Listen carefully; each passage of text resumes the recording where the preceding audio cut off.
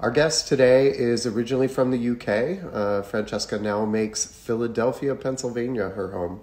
She's been an integral part of the Graham Webb International team.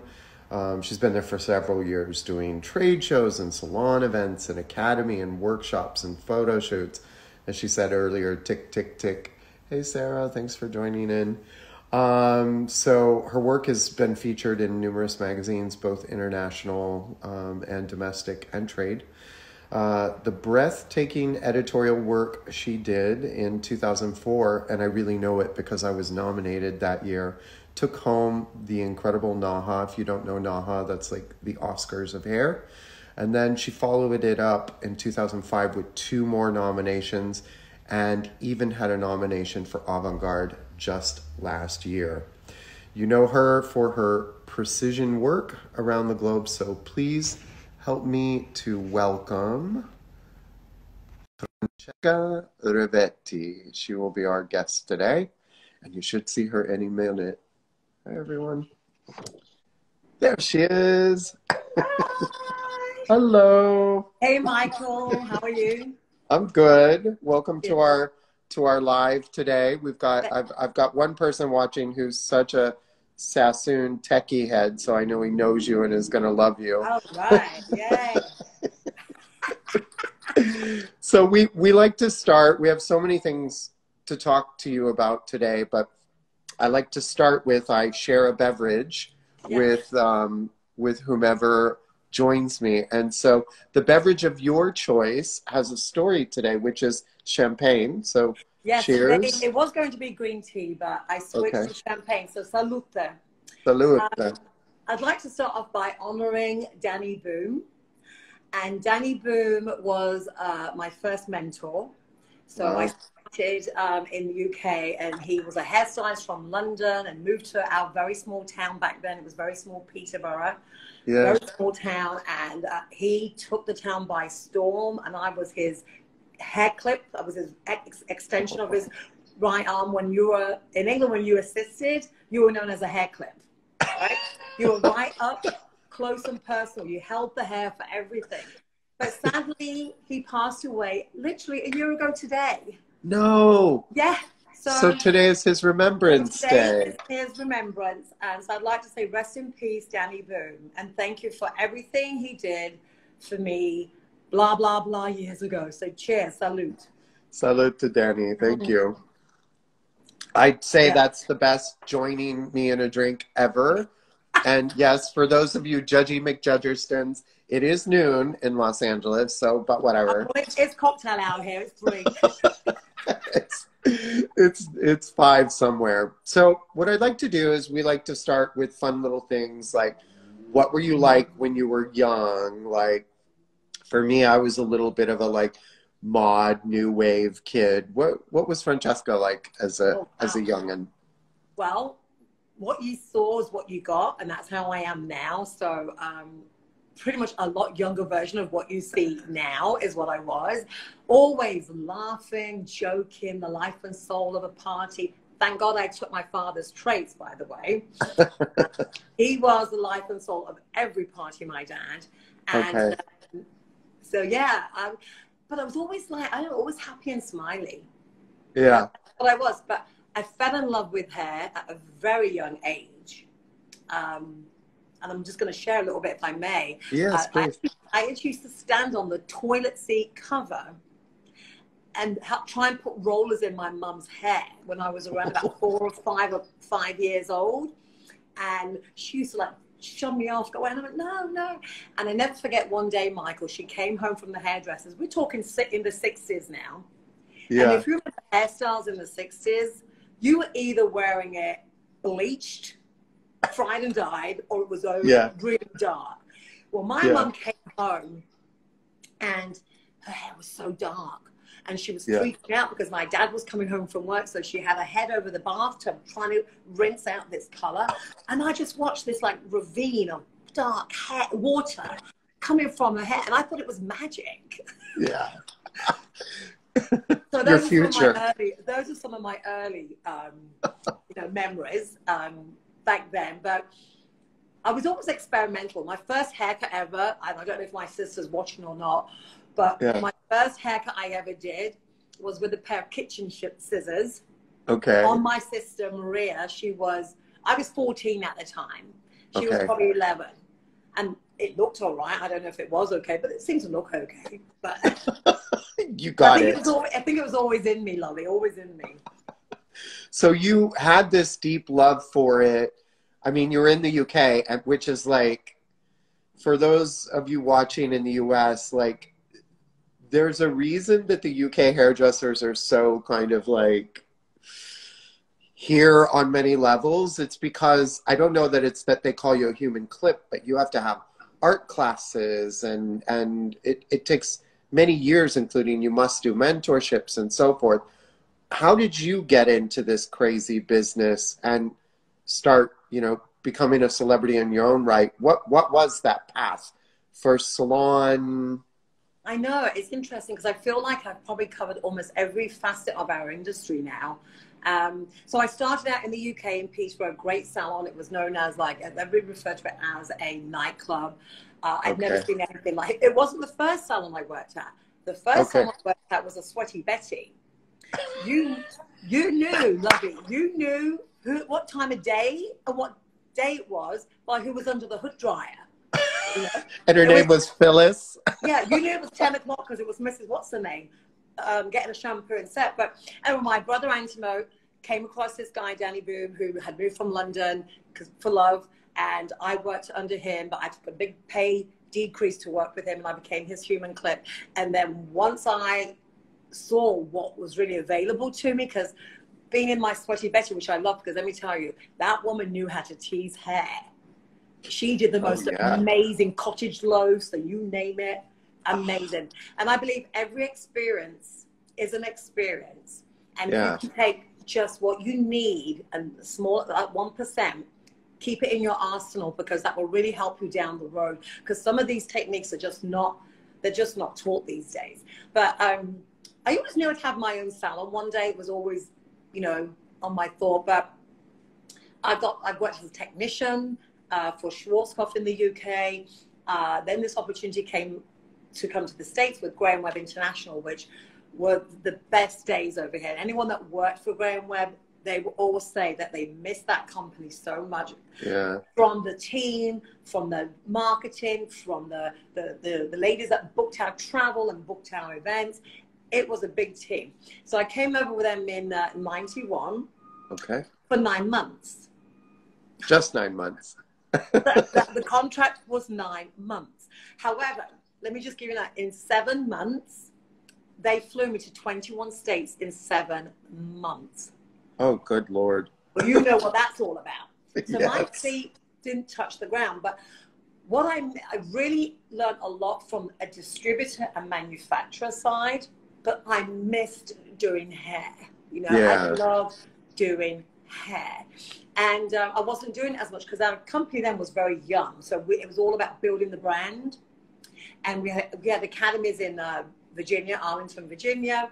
And then I became then I went freelance, which was the best of both, because then I got to work in the salon and I got to do, you know, the hair circuit shows. As you know, it was always spring and fall, every weekend in spring and fall. Of course, yes. All over the country. But it was awesome because I got paid to do what I love. I traveled. I got to see all my mates that I was really tight with in the industry doing hair shows.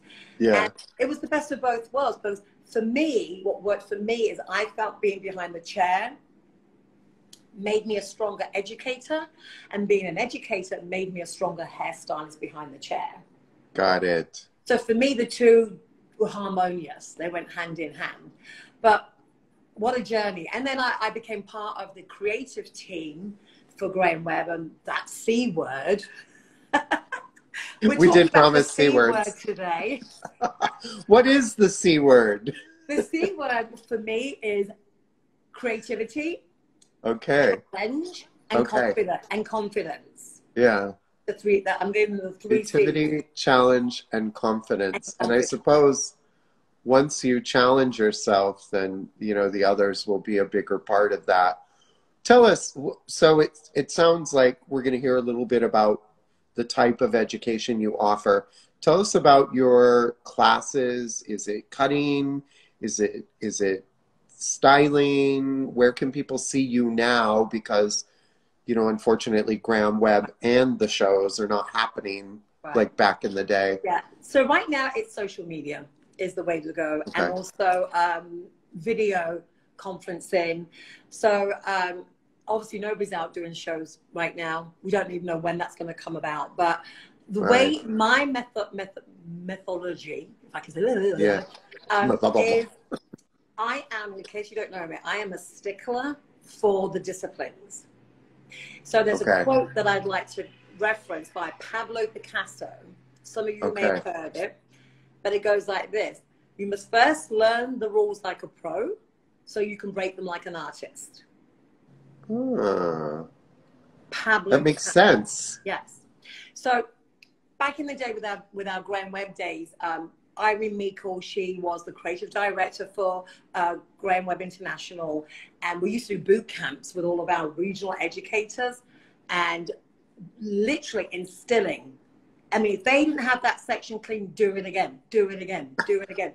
Body posture, head posture for the client, where your elbow was in reference to your foot, you know, everything was intentional. Yeah. And listen, if anyone or any of our listeners out there say, well, how do I go? Because, you know, most rookies that come in the industry, they want to jump from coming into the industry to doing avant-garde. Well, that's awesome.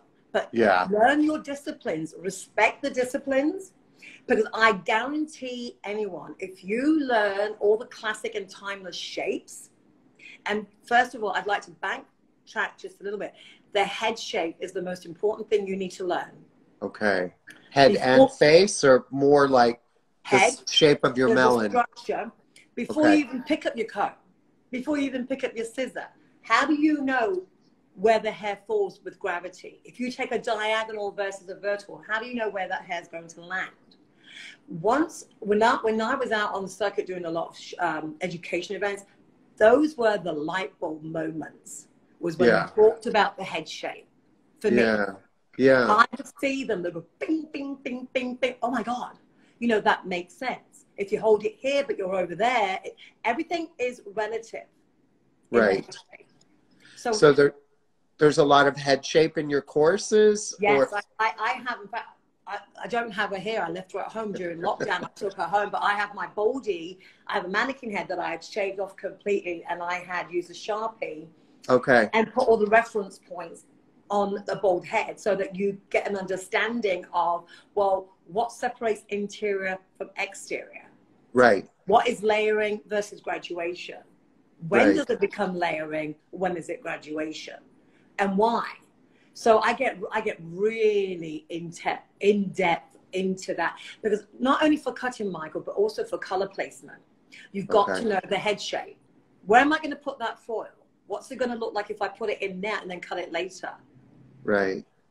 Yeah. And also when you're doing your dressing, if you're doing upstyling, it's very important to know, like, we know most of our hair is at the back of the head, right? That's where the hair lives. If you like separate ear to ear at the front, there's hardly anything there, but that's what we see is this. That always amazes me. You got all the hair back here where all the hair really is, and then there's little, because you've got an ear, and then your hairline's down here. I mean, I could go on. There's almost nothing. Right, I call that empty hair cutting. How many times have you done it? I know I did it before I really got it. You do a layer haircut, then you had a big hole here. You're like, oh, where the hell did that come from? Automatic mullet. Right, well, you create it, right? So, but then I didn't know the head shape. I didn't understand it. Yeah. So until I studied it, and I'm a big believer in, you've got to really know your stuff. You've got to reread, rewrite, review, revisit. Never take anything for granted, ever. Yeah. Ever. So, and cheers to that, definitely. So you have people, so many comments coming through of like, best class ever, you changed their life, but also having boot camp flashbacks. Yeah. Oh yeah, I know a few of our, I don't know who's listening because I'm not really paying attention, but anyone that attended any boot camp, even though it was it was really hard at the time, but they've all said to this day that they are so grateful for that education. Because we're talking in the early 90s, Michael, when we came over. You know, back then, the influence wasn't as strong as it is now. Yeah. And I think you know as well as I do, the education here is very different to the education of that, especially in the UK. Right. We do an apprenticeship program where you're on the job learning. You know, you're there as a human clip. You're holding the hair. You can't get any closer than the hair cutter. So, but then there's also like at Mr. Boom, I'm just going to reference Mr. Boom again. Every Tuesday was training day. All the trainees, we didn't do clients. All the stylists worked on their own that day. We had a walk-in model system. You just walked in and you just got on with it. But when I was an assistant and assisting the late Danny Boom, do you know what I used to do? I observed everything he did, Michael, that when I got home, I'd stand in front of my mirror and I would mimic everything he did. Where his left foot was, where his pinky was, how high his elbow was. And I just memorized it. Yeah. So come training day, I would go into that mode. I had memorized it so much. I go, oh, boom, boom, boom. I had no idea what I was doing though. I loved it. So, and also folks, so much love coming through. If you have a question for Francesca, please ask. If she gave you years of nightmares you still haven't recovered from, and you're a better stylist for it. Yes, you are, and I'm just seeing some of my friends from Peterborough, from my hometown. So I'd like to say hi. Thank you for joining. Hello, and thank you for joining. So I thank you for putting that all the way through, because you're sort of legendary in this methodical way that you make things so clean, and you answered my question, because I was like, okay, the micro section that literally splits hairs versus a very soft, you know, because I tend to work very soft. You know, our founding stylist, Ward Stegerhook, you know, a very sort of gets 10 feet away from it and comes back and attacks it again. And so I think there are all kinds. So thank you for, I get it now. I get the Picasso quote, I think, put it all into context for me. Oh, great. You know, where it's like, okay, know that so that you can go here, and that makes sense. It's like they say you have to, what does it say? You have to run before you can walk, or what was it? Walk before you can get which way it goes. But it's the same kind of concept. And but it's the timeless shapes, you know, the timeless bobs, the timeless layered haircuts. These are shapes that we're all doing in some form or another today. Right. You may not be doing a full bob execution, but you're taking elements of that. Just like you may not be doing a shag haircut, but you may be taking elements of that. But that's where the disciplines come in. Yeah. And hi, Anna. Anna's amazing. Also a big NAHA winner. Yeah. I'm sure you know each other. Ciao, Bella. So what I'd like to do now is, because you have made such an impact on NAHA, let's talk about your big winner, which I love. You won the editorial category with your own bridal work, right? Like this was something, and I think people don't think bridal is that cool, but you made it cool, and you actually took home the award that year. Tell us about that. It was 2004.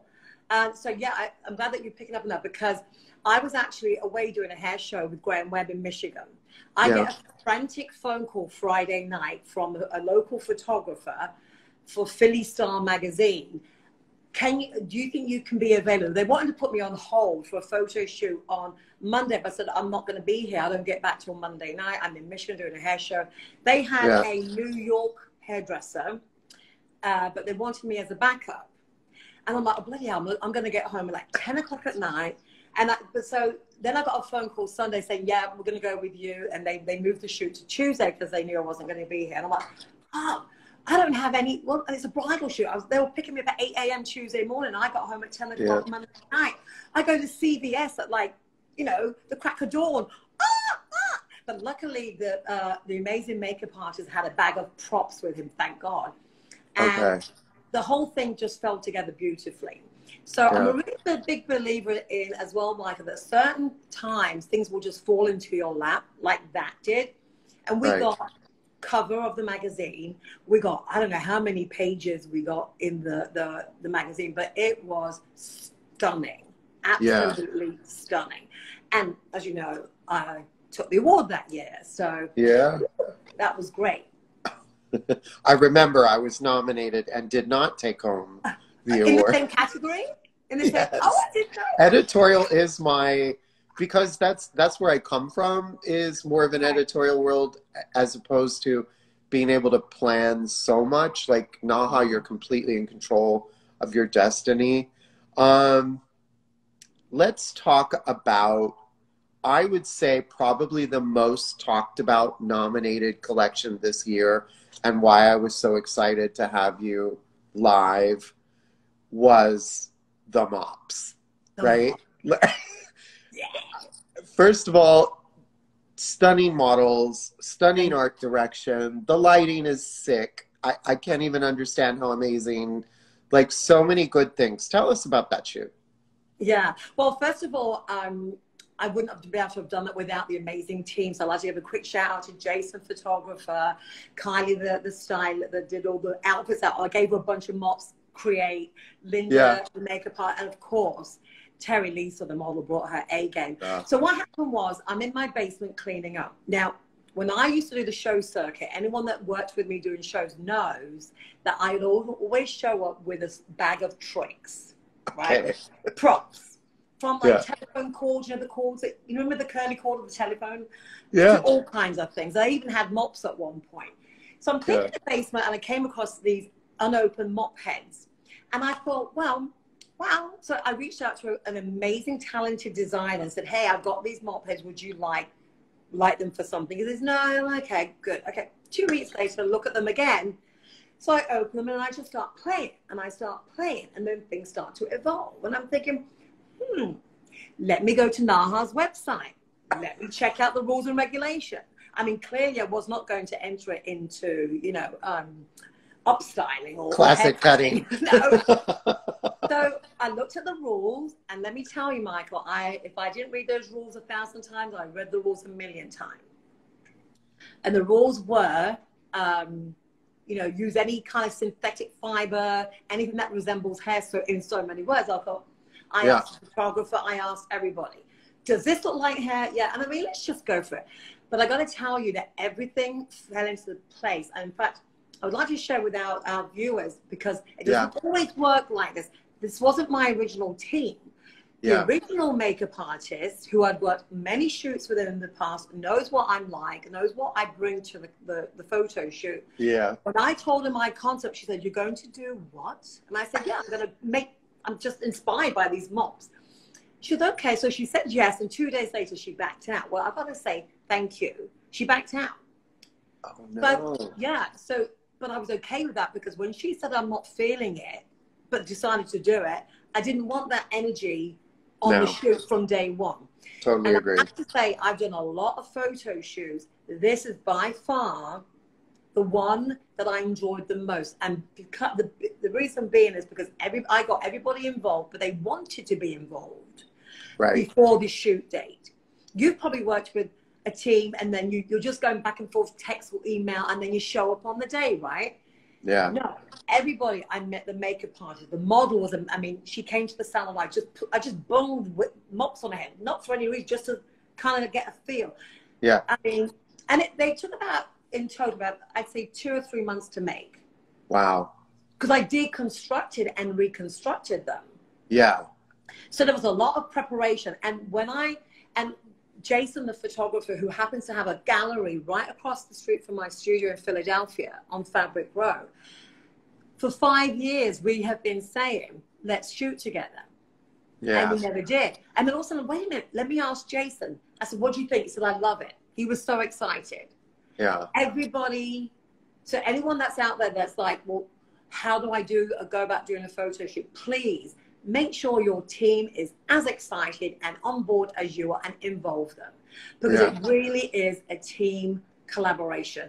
And when Terry Lisa did that raw look, you know, I call it the raw because it looks like very lioness, and I saw it pop up on Jason's computer, I knew, I got the tingles, and feeling I was getting nominated. I knew it. I knew I wasn't going to win because there was not a thread of hair in it. Yeah. Did you, I mean, for me, it was, that didn't really, I mean, just, and the winner, gorgeous, but it was just so well lit and so well directed. And at the end of the day, you do need this incredible photo. Like, I really, really love that collection. Thank you. We have someone listening. Can we, is there a connection to that photographer if somebody wants to work with him? His name is Jason Chen. I'm not sure if he's on or not. Okay. But if we could... He's Philly based. He is amazing. I would highly recommend working with Jason. Yeah. His lighting was impeccable. I mean, even the light. Even the unedited that you have to submit, as you know, was like, wow. And then when the finished one, there he is. He's staying high right now. Is that him? Yeah, that's the Chinese kid. That's Jason. Yes, please add me on Instagram. I want to work with you. Oh, right. He is awesome. We got on so well. The team got on so well. In fact, we've done like 2 editorial pieces with one of my friends. She's a floral designer. We've done 2 shoots since, and one got picked up by several magazines, non-hair related magazines. But I love to do photo shoots. That is my passion outside of my job. I'm lucky. That my art is my hair, and I do hair because I love it. So for all the NAHA nuts out there watching, because I'm the chairman of the NAHA committee, so I've been involved for many, many years. So I see things go by, and that's why I had to call out the mops, because it created such energy. No matter what hair-like materials any hair used, it created energy, and nobody could deny that. And I think that's what was so exceptional. Oh, wow. What is the Francesca Rivetti process for your own shoot, as opposed in what way? And I hear collaboration, but where does it start? You told me earlier about you make it easy in certain ways when you're planning a shoot. What's first? I want to do a shoot. First is the concept. Okay. Right. I love doing conceptual photo shoots. So come up with a concept. So for instance, it's mops, right? And then I'm like, okay, well, and then stay focused on that. Right. I have a very active imagination. So I'm all over the place. Trust me, I'm all over the place. And what I've learned over the years is to be disciplined. And if something else pops up in my mind, I write it down, that's the next one. But I have to stay focused. And then I start working on my pieces, like either mentally, or I create a storyboard. I don't really do that as much, to be honest, because I like to converse with the team. I ask the team, and I'm fortunate, and I say I don't know if the word fortunate is right. I've been in Philly for a long time. I've got quite a reputation now in the city. And a lot of times people want to collaborate because they want to do something that's not the norm. Right. And what NAHA does for me is it gives me the kick to do at least one conceptual photo shoot a year. Okay. So I always think, okay, which category do I want to enter this year? Well, I haven't done that one yet, or I haven't done that one. Let me try and focus, let's run with that, And then I'll find the model. And, having a great social media presence, your social media is your business card. It is your portfolio. So if I stop someone in the street, which let me tell you, I do. I like your look. I'd like to work with you. Here, now we have all our smartphones. This is my social media. Check it out. Let me know. And then go from there.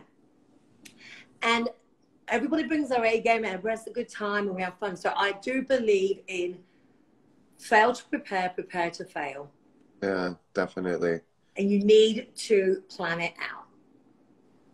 What can you advise to someone who's starting in the industry? Like it's a complicated time. I feel that the young people are really good with, putting their work on social, putting their work on Instagram. Do you have any advice for something a young person starting out should do besides taking Francesca Rivetti classes, of course? Yeah, that's a great question because obviously life changes, doesn't it? When we came into the industry, when I came into it, we didn't have social media. Now you do, and I think that is an advantage to a way, but it could also be a disadvantage, because I think sometimes it's a crutch for a lot of people. I would say, first of all, find a salon that has the culture that you like, as far as what work are they doing. Are they already doing photo shoots? Are they involved with NAHA? Are they doing education, like not only relying on manufacturers' education, but maybe their own education? And you really got to do your research, because don't forget, when you work somewhere, you're living there. It's like you're moving in. So it's going to be home. It's going to be home for a while. And as you know, we spend most of our time at work. So make sure that you love that place and you get on great with your co-workers and so on. But don't always depend on that solely. You've got to have, like I always say, that creativity is like a muscle.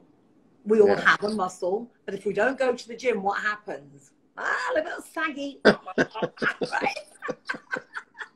Oh, I know. Like after lockdown, I was like, where the hell did that come from? Jiggle, jiggle, jiggle. It's all moving. Right? So creativity is like a muscle. We all have it. It's up to you. I don't think you can teach creativity. I think you can inspire someone. You can't teach it. But you have it. You just have to learn how to work it. And the more you work it, then the more your mind expands and the more you will absorb. So, you know, I think just finding the right team, but also look within.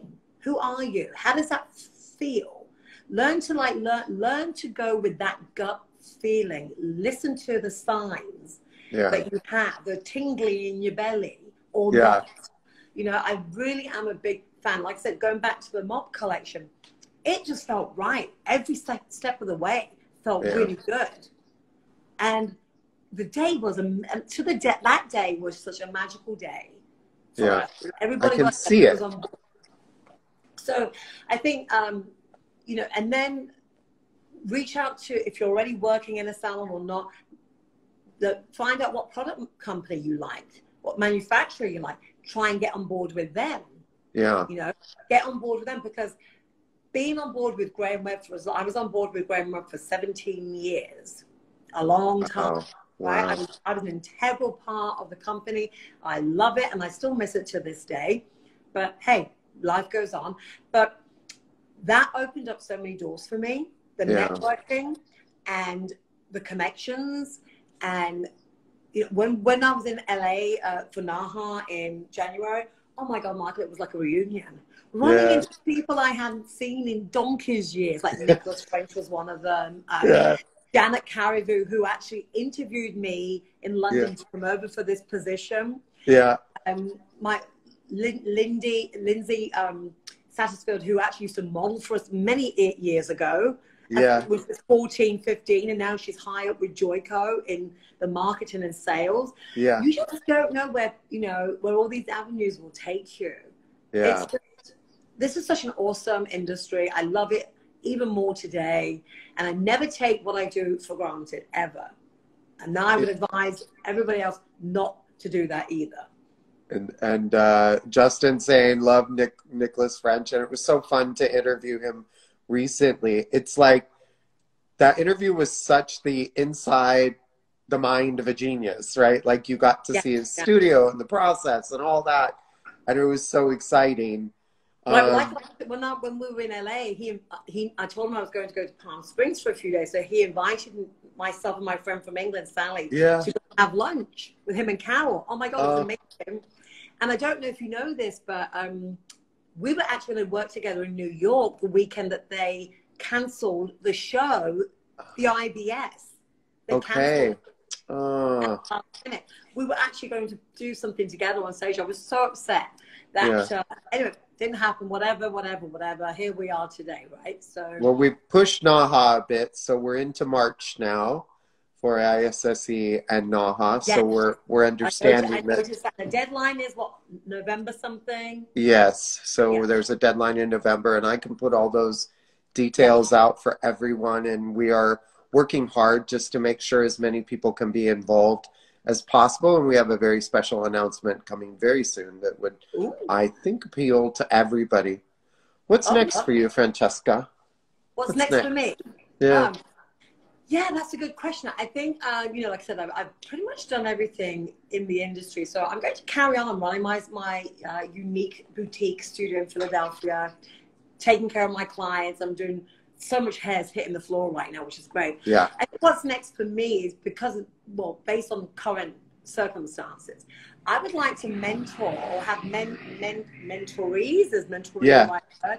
Yes. I gave this some thought because I looked over some of the questions beforehand. I was like, yeah, what is next? So I'd like to give back. I'd like to, and this really would, you know, I would prefer it if it was like somebody new in the industry. Yeah. Maybe just may have just graduated or just got licensed. And I don't know, I haven't put all the nuts and bolts together, but I'd like to do like a mentor program of say maybe 3 months. Yeah. And it'd be like maybe once a week for like maybe an hour, then it would be video based, but then you would have the rest of the week to learn, repeat, review, reread, and practice. So then the next week, got that down, let's move on to the next one. Yeah. And that's such a good idea.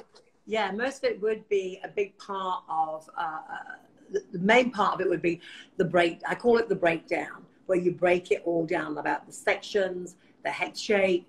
So you really learn how to use your tools, how to hold your scissors, how to hold the comb. And, you know, I challenged myself during lockdown because I am more of a scissor hair cutter, but I challenged myself and I revisited the straight edge razor. We use a lot of them at Living Proof, you know, because we come from Ward and the, you know, the Bumble crew, and they do amazing things with razors, which, you know, it's challenging, and watch your fingers. So I revisited it, and I've been using it in the salon quite a bit.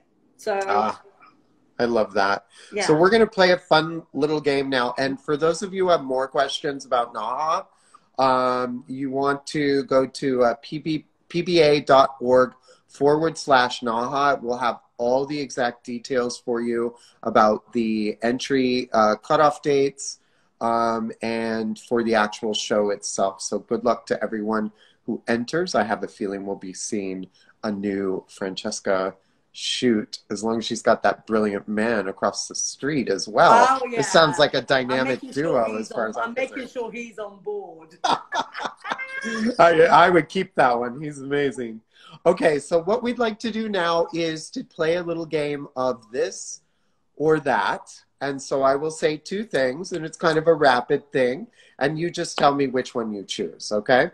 So this I just say this or that, or how does that go? You just and Anna, you are a certified NAHA. She's like so amazing and out on the East Coast. I'm a big fan of Anna's work. Yeah, she's so brilliant. Has these beautiful salons. And thank you, that Chinese kid. He's like that. That's Jason, by the way. Thank you, Jason. Yes, Jason. So let's play. Let's have a sip and let's play a game. You choose which one you want. Oh, right. What do I have to choose? There we go. So the first question, shears or razor? Scissors, Scissors, yes. Yeah. The 1980s or the 1990s? 80s. Can you tell me your favorite song from the 80s? And I ask everyone else to tell me their favorite 80s song if they're old enough. Well, I've got several. One, it would be Cyndi Lauper, Girls Just Wanna Have I love that one. But one that came to mind the other day was Journey, Don't Stop Believing. Oh, that's a good one too. That one brings tears because the first sentence is, I'm just a small town girl. You know? Because Peterborough was a very small town when I was there. So that's a good one. Mine's a bit kinkier. Tainted Love by Soft Cell.